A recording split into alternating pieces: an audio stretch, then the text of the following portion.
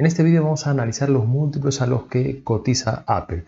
Creo que en la actualidad Apple está demasiado exigente y por eso he vendido las acciones. Por tanto, en este vídeo te voy a contar por qué he vendido mis acciones de Apple y cuáles son aquellas empresas en las que decidí invertir ese dinero que obtuve de las ventas de mis acciones de Apple.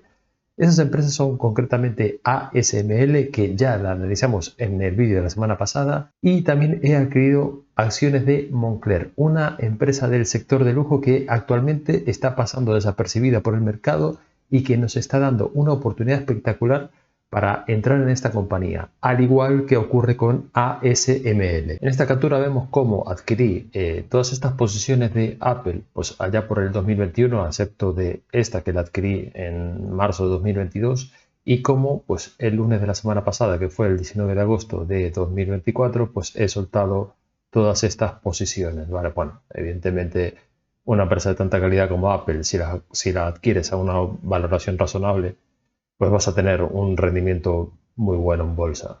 El problema es que en la actualidad, como os decía y como veremos en el vídeo, pues está demasiado exigente y lo que preveo que para los próximos años el rendimiento que podamos sacar de las acciones de Apple pues sea muy deficiente, la verdad. Entonces, bueno, pues este fue pues todo el rendimiento que obtuvimos con todas las operaciones de Apple. Y como os decía, pues también al inicio del vídeo, pues he adquirido posiciones de ASML. Esta compañía la habíamos analizado el vídeo de la semana pasada, en el vídeo de la semana pasada, y veíamos que había una oportunidad pero muy buena, que esta compañía no suele dar muchas oportunidades para entrar. Es una compañía de muchísima calidad y bueno, pues la oportunidad que nos dio, pues la estoy aprovechando. Otra de las empresas que he adquirido es Moncler. Moncler es una empresa del sector de lujo que la vamos a analizar hoy con un poco más de detenimiento para que le interese. Y también está dando una oportunidad pues bastante interesante para entrar, ¿vale? Y bueno, estas operaciones pues fueron del 20 de agosto, es decir, esto fue el martes. Entonces, fijaos que Apple ha tenido un rendimiento espectacular en estos últimos 10 años, un 24,4% anualizado, o lo que es lo mismo, un 774% de retorno en estos últimos 10 años. El ROI que tiene Apple, fijaos que es altísimo, que es de en torno al 71,8%, lo que indica que es un negocio de excelente calidad, ¿vale? El problema, como ya os digo, es la valoración a la que está en la actualidad. Entonces, fijaos, por ejemplo, el crecimiento en ventas, que ya teniendo en cuenta las estimaciones de los analistas para los próximos años, como va a rondar en torno a un 8% anualizado. ¿Vale? Es decir, ya las ventas no van a ser lo que eran antiguamente, no van a crecer al ritmo que venía creciendo, porque realmente es una compañía que es grandísima y además tampoco es que esté aportando pues nada nuevo. Fijaos que los productos que está sacando son como actualizaciones de los productos anteriores. Entonces, claro, es decir, en definitiva, pues es como que le está faltando innovar en algo para que estas ventas se incrementen. Fijaos que los margin EBIT para los próximos años, bueno, puse aquí que era el 34, pero realmente es en torno al 32. Seguro que me equivoqué cuando estaba mirando para aquí. Los márgenes EBIT, bueno, pues son en torno al 32% para los próximos años. Bueno, o por lo menos esto es lo que estiman los analistas. Entonces, el EPS, fijaos que viene creciendo a un 14,9% anualizado, lo que no está nada mal. Y como para los próximos años, bueno, pues va a rondar, pues concretamente para 2024, en torno a un 9,2%. Para 2025 en torno a un 11% y para 2026 en torno a 12,7%, ¿vale? Y esto es lo que se traduce, bueno, pues de forma anualizada, pues un 14% de crecimiento en el EPS. Fijaos la deuda neta EBITDA que tiene Apple, es decir, no tienen deuda neta EBITDA, sino que tiene caja neta. Entonces, bueno, pues es un negocio de muchísima calidad. Y fijaos también las recompras que hace Apple de acciones, que es recompra acciones a un ritmo brutal. Fijaos, por ejemplo, para el 2023 ha comprado acciones por valor de 82 billion, para 2022 pues por valor de 95 billions y en los últimos 12 meses pues ya lleva recompras de acciones por valor de 96 billions. Eso es una auténtica burrada. Entonces, si os dais cuenta, Apple, el crecimiento que tiene en bolsa, pues mucho de ese crecimiento viene por esa recompra de acciones. Fijaos que realmente en ventas no crece mucho. Lo que pasa que Es una compañía que está muy bien gestionada, trata muy bien al accionista, recompra acciones, bueno, también tiene el correspondiente pago de dividendos, que por ejemplo se gastó para 2023 82 billones en recompras de acciones, pero fijaos que para el caso del pago de dividendos se gastó cerca de unos 15 billones, ¿vale? A ver, es un negocio que es una auténtica pasada tenerlo, pero claro, hay que tenerlo y hay que comprarlo a una valoración razonable. Entonces estamos aquí con los múltiplos a los que ha cotizado históricamente Apple. He puesto los últimos 5 años porque si me voy a 10 años, de aquí para atrás ha cotizado a múltiplos más bajos de los que debería cotizar Apple. Que fue cuando la pilló Warren Buffett y por eso hizo, bueno, pues todo ese retorno que tuvo Warren Buffett con Apple que fue espectacular, porque él creo que la había pillado per 14 o per 15 o por ahí, o sea, vamos, eso sí que es una ganga, comprar Apple a per 14. Vale, pero fijaos, en la actualidad, desde que se dio a conocer de que los nuevos dispositivos de Apple, los nuevos iPhones, iban a tener o iban a incorporar inteligencia artificial pues, en esos dispositivos, pues la acción pasó de estar a PER 25, 26, más o menos por aquí, pues, a PER 31 se pasó. Vale, lo mismo ocurre con los otros múltiplos. Fijaos, por ejemplo, de media ha cotizado a 26 veces PER, para el EV/EBITDA a 21,7 y perdón, para el EV/EBIT a 21,73 y para EV/EBITDA a 19,55. Pero fijaos cómo se han disparado pues, todos los múltiplos en este último mes, estos últimos 2 meses, que fue cuando se dio a conocer esa noticia. Y es que realmente tampoco le va a aportar nada. O sea, si analizáis desde un punto de vista crítico, ¿qué le puede aportar a las ventas de Apple que en los nuevos iPhones van a meter inteligencia artificial? Hombre, el que tiene un iPhone 14 no se va a pillar el iPhone 15. Es que ya no sé ni por qué número van. Pero no se va a pillar un iPhone 15 solo por el hecho de que tenga inteligencia artificial. O sea, yo supongo que la gente que tiene estos dispositivos, pues tardarán 2 o 3 años en cambiar el dispositivo. O sea, por más que el año que viene te salga uno en meter la camarita así, que la tenga así, no vas a cambiar el dispositivo, ¿vale? Entonces, desde mi punto de vista, no se va a ver un incremento sustancial en las ventas que justifique estos múltiplos a los que está pagando el mercado Apple en la actualidad. Entonces, si ponemos los múltiplos de los últimos 5 años, que podría ser una valoración, bueno, razonable para Apple, si lo metemos en la plantilla, vemos que nos retorna, pues, para el caso del EV Free Cash Flow, pues un 4% de aquí a los próximos 5 años, ¿vale? Es decir, pasaría la acción a costar, o sea, pasaría el valor intrínseco a 2028 a costar $280 por acción y en la actualidad pues está cotizando a 226. Entonces, claro, hay muchas más oportunidades ahí fuera que no sea Apple. Entonces, pues esta fue básicamente la razón por la que solté Apple. Veía oportunidades como la que os voy a mostrar a continuación. Fijaos que en la plantilla metimos el crecimiento en ventas al 7%, que es más o menos lo que estábamos mirando en TKR. Margin EBIT al 34, debería ser un 32. Entonces esto no va a cambiar mucho, pero bueno, igual esto sería, pues en vez de ser un 4, un 3,5. El tax rate, bueno, es lo que sale de TKR y recompra de acciones al 3%, que más o menos es lo que viene, al ritmo al que viene recomprando esta compañía. ASML, fijaos el rendimiento que ha tenido en estos últimos 10 años, un 945%, lo que es lo mismo, un 26,7%. Fijaos lo que hizo este último año, que corrigió un poquito, ¿vale? Desde más o menos desde julio hasta ahora, y esto es lo que nos está dando pues, una buena oportunidad. Entonces, fijaos que actualmente cotiza a 832,50 y la estamos calculando a un valor, y la estamos calculando a un forward pair de 30 veces. Aquí vamos a hacer un repaso muy rápido porque esta ya la analizamos en el vídeo de la semana pasada. Os voy a dejar por aquí arriba el enlace a ese vídeo porque analizamos en profundidad cómo genera dinero, que es a lo que se dedica esta compañía. Es muy interesante que lo veáis para que comprendáis cómo genera dinero esta compañía. Y es un sector que es muy interesante. Probablemente es uno de los sectores más interesantes porque, como os dije en aquel vídeo, sin esta compañía no existiría Nvidia o no existiría AMD. Entonces fijaos que bueno, la pusimos a 1 per 30. Esto sería una valoración un poco más conservadora que la que tenemos aquí a la derecha. Y esto nos está dando un retorno anualizado del 14%. Fijaos que si la valoramos por EV Free Cash Flow, el valor intrínseco a 2028 sería de 1.614 euros y en la actualidad el valor intrínseco sería de 694, ¿vale? Entonces EV/EBITDA 23,6 y EV/EBIT 26,7.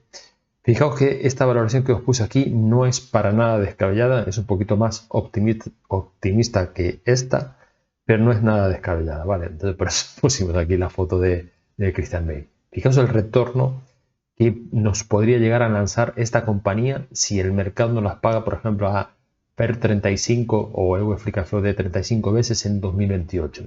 Fijaos que para ese caso sería un 18% anualizado, ya que el valor intrínseco de esta compañía en 2028 sería de 1.895 euros. ¿Veis por qué dije que no es nada descabellado que el mercado te la pague a PER 35 dentro de 5 años?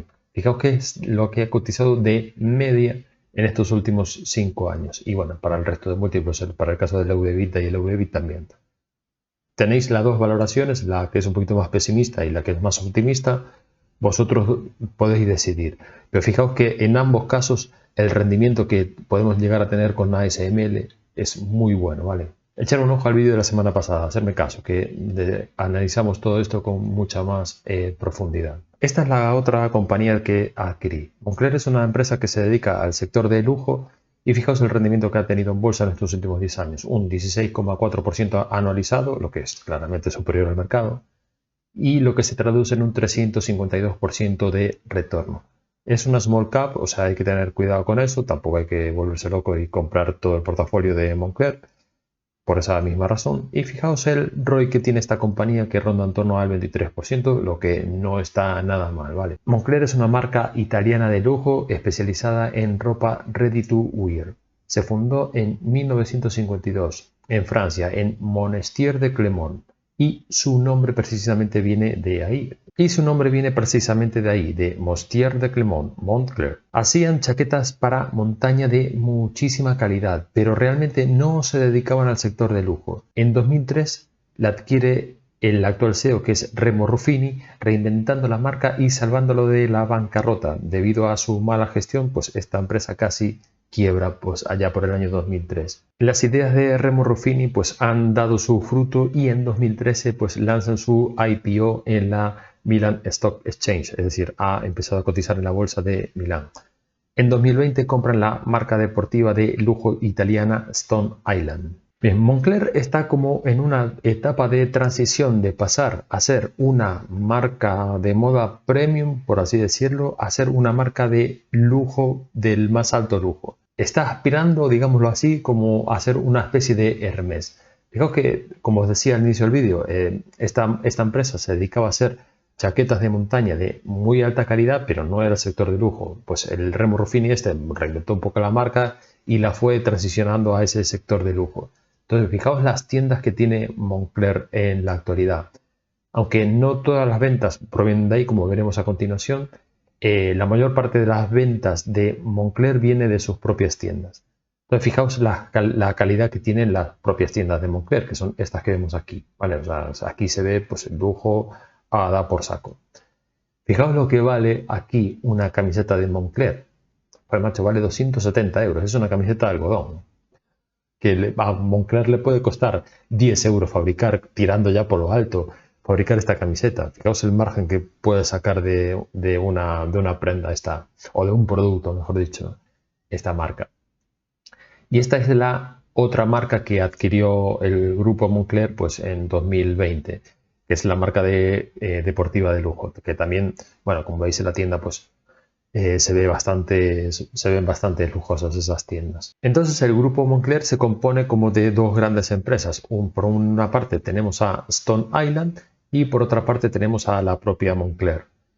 Stone Island supone un 10% de las ventas de Moncler Group aproximadamente. O sea, por ejemplo, fijaos que para el Q4 de 2023 Fijaos que facturaron cerca de 100 millones y fijaos que Moncler ha facturado cerca de 1 billón, ¿vale? Más o menos, pues es el 10, esto es el 10% de aquello, más o menos.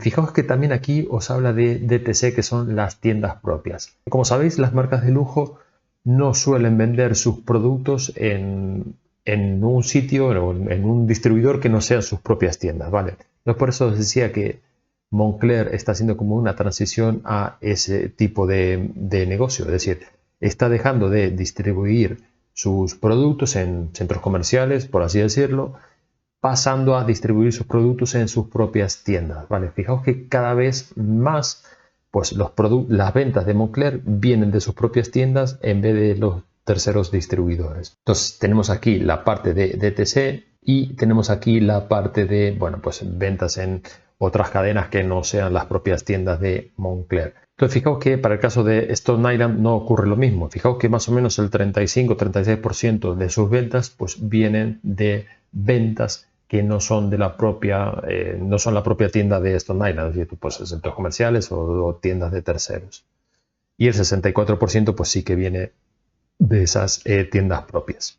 ¿Y por qué os digo esto? Y porque en las marcas de lujo, cuando tienden a hacer ya el lujo más extremo, si recordáis el vídeo que vimos de las marcas de lujo, os mostraba la pirámide, ¿no?, del sector de lujo y cómo pues, en el top de la pirámide estaba Ferrari y estaba Hermès. Y pues después el resto venía por aquí abajo. Entonces, fijaos que una marca, cuando empieza a ser cada vez más de lujo y de lujo más extremo, suelen hacer toda esta parafernalia, ¿no? De que te los vendo solo en mi propia tienda, además que hago pasar al cliente por el aro, empiezo a generar como escasez de los productos para que ese producto sea como más codiciado, más demandado. Bueno, pues se ve que Moncler está haciendo esta transición, ¿no? Aunque no, con esto no quiero decir que el año que viene pues se vaya al tope de la pirámide, pero entonces claro, se está viendo esa transición, ¿no?, en Moncler, como está transicionando ya cada vez más al lujo más extremo. Esta compañía, los analistas están estimando que van a crecer en ventas para los próximos años en torno a un 10%, que es lo que os ponía aquí. Fijaos los margin EBIT que tiene, que rondan en torno al 30%. Estos son muy buenos márgenes. Hombre, claro, si vendes camisetas a 270 euros y a ti te cuesta fabricarla menos de 10, malo será que no tengas un margen del 30%. Y fijaos el EPS cómo viene creciendo, pues a un 14% anualizado, y se prevé que crezcan en torno a un 11,3% para los próximos años. El EPS lo tenemos aquí, ¿vale? Y esto es lo que se prevé que crezca ese EPS para los próximos años. Si te gusta este tipo de contenido, recuerda que puedes darle like al vídeo o dejarme algún comentario para ayudar a este canal a crecer en YouTube. Los múltiplos a los que ha cotizado históricamente Moncler, bueno, históricamente en estos últimos 5 años, ha sido para el caso del PER a unos 27,5 veces, para el caso del EV/EBITDA de casi 14 veces y para el EV/EBIT de 19 veces. Fijaos que en la actualidad está cotizando PER 22, EV/EBITDA de 11,2 y EV/EBIT de 15,17. Entonces, si esto lo ponemos en la plantilla de valoración, creciendo ventas a un 10%, un margin EBIT del 30%, esto es lo que sacamos de aquí, a un tax rate del 26%, y esta compañía no recompra acciones, y metemos los múltiplos que os comentaba pues aquí históricamente de estos últimos 5 años. Tenemos que para el caso del PER 27, EV Free Cash Flow 27, EV/EBITDA de 14 y EV/EBIT de 19. Actualmente cotiza a 55 euros y esto nos daría un valor intrínseco para dentro de 5 años de 125 euros. Esto supone un retorno del 18% anualizado, lo que no está nada mal. Aquí estaríamos haciendo un poco más de un por 2, ¿vale? Entonces fijaos también que si hacemos la media de todos los múltiplos, en la actualidad estaría a un valor intrínseco de 75,63. En la actualidad estaría a un valor intrínseco de 75,63 y dentro de 5 años estaría a 110,73. Y esto supone un rendimiento anualizado del 15%. Bien, en esta última parte del vídeo vamos a reflexionar un poco acerca de las acciones que venimos viendo. Fijaos que tanto las que vimos hoy, incluso Apple, que la solté, como las que venimos viendo en todos los vídeos en los que hice para YouTube, todas tienen EBIT y EPS positivo. Es decir, son todas empresas con beneficios positivos, con beneficios. Y veis algo similar en todas estas empresas que tengo aquí. Seguramente si empezasteis a invertir en 2020, pues alguna de estas empresas te debe sonar. O sea, por ejemplo, Peloton, NIO, Teladoc, Virgin Galactic. Todo el mundo quería invertir en estas empresas allá por el año 2020. ¿Por qué querían invertir? Y bueno, porque veían que hacía así en la bolsa. ¿Y qué es lo que pasó luego? Pues fijaos que todas cayeron y ninguna se recuperó. O sea, fijaos, o sea, es que no os miento. Y podéis coger cualquiera de esas empresas que estuvo de moda en aquella época y todas tienen un comportamiento similar. ¿Y por qué creéis que pasa esto? Te animo a que pares el vídeo durante 5 o 10 segundos, reflexiones y a ver si coincides conmigo. Fácil. Esto ocurre porque estas empresas, ninguna de estas empresas tiene beneficios. Entonces, por ejemplo, si te vas a Ticker o a cualquier página de información financiera, te pones a mirar. Aquí estamos con Teladoc. Los EBIT o los EPS, y fijaos, el EPS está negativo. O sea, esto es un EPS negativo. Fijaos el EBIT negativo. Margin EBIT, es decir, esto es lo que metemos en la plantilla, un margen positivo. Pero si es negativo, ¿a dónde te va a mandar la plantilla? Pues aquí. Y la plantilla no se equivoca. Es que la acción va para aquí. Va para aquí. O sea, una empresa que tiene EPS negativo va para abajo. O sea, acordaos que siempre os digo que el EPS es lo que determina el precio de la acción en el futuro. Si ese precio, si ese EPS es negativo, pues ¿para dónde va a ir el precio de la acción? Así. Y es una certeza casi matemática. Entonces, fijaos, por ejemplo, para el caso de NIO, que es una empresa que todavía tiene hay mucha gente que está con NIO ahí a muerte por esto de la conducción autónoma y los vehículos eléctricos, que para mí son secadores de pelo, pero bueno. Fijaos el EPS de NIO. Entonces, fijaos, por ejemplo, el EBITDA. Fijaos el EBIT. Todo está negativo. ¿A dónde va a ir el precio de la acción? Para abajo. Vamos a ver con Peloton, que esta también estuvo muy de moda en la época del confinamiento.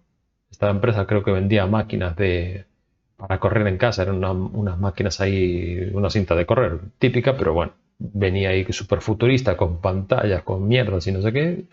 Bueno, pues aquí todo el mundo pensó que iba a ser la panacea. EPS negativo, ¿a dónde fue el precio de la acción? Para abajo. ¿Cuál es la otra que nos quedaba? Virgin Galactic. Bueno, cuando veáis al tío de Virgin Galactic, al Richard Branson, huid para otro lado. Ni se os ocurra tocar una empresa donde ese tío esté metido, porque os vais a comer un marronazo. Empresa de Virgin Galactic, EPS negativo, EBIT negativo, EBITDA negativo. ¿A dónde va el precio de estas acciones? Bueno, fácil. Para abajo. Y aquí podría venir algún incauto y decir, joder, pues ya ha caído un 87%. Igual es una buena oportunidad para entrar. No, es que puede caer otro 87%. Y de hecho es muy probable que lo haga. Es decir, aquí el EPS, hombre, cada vez está siendo menos negativo. Pero bueno, sí, sigue siendo negativo. No, tío, fuera. Estas empresas fuera. Esto debería ser ya... O sea, lo primero que hay que mirar de una compañía es esto.